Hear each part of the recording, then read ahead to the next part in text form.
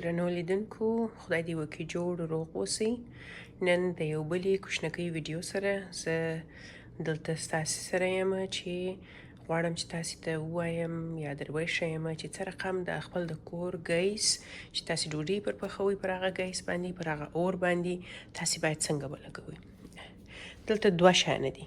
تاسې اولین کار چې کوئ دا به داسې لاندې په چوق ونیسئ، دغسې کښې به یې کاږئ. ګورئ دلته یو اواز تاسې اورئ. دغه ټک ټک ټک چې وکئ د دغه اواز بعد دا اور اخلي، دلته اور اخلي. بیا چې دا اور یې واخیستئ دا به بیرته وڅرخوئ یو لږ څه چې دا ټک ټک یې بند سي. ګورئ بیرته باید دا دغسې په ټک ټک باندې نه وي، دا غلط دی. نو دا ټک ټک چې شروع کړئ ویې لګوئ بیا داسې وڅرخوئ. یو وارې بیا هم تجربه کړو پر دا بل ګیس باندې.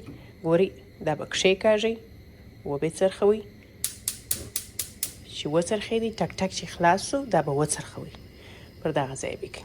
بیا که غواړئ چې کم یې کړئ کمولی سئ اور، که غواړئ زیات کړئ زیاتولی سئ اور،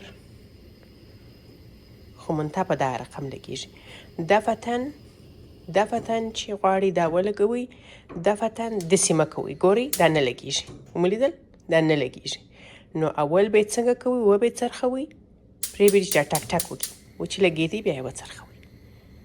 درسته ده؟ خدای دې وکړي چې دا ویډیو ستاسې په درد خوړلې. که کوم سوال لرئ په کامنټ کې ماته ولیکئ. ډېره مننه دوستانو.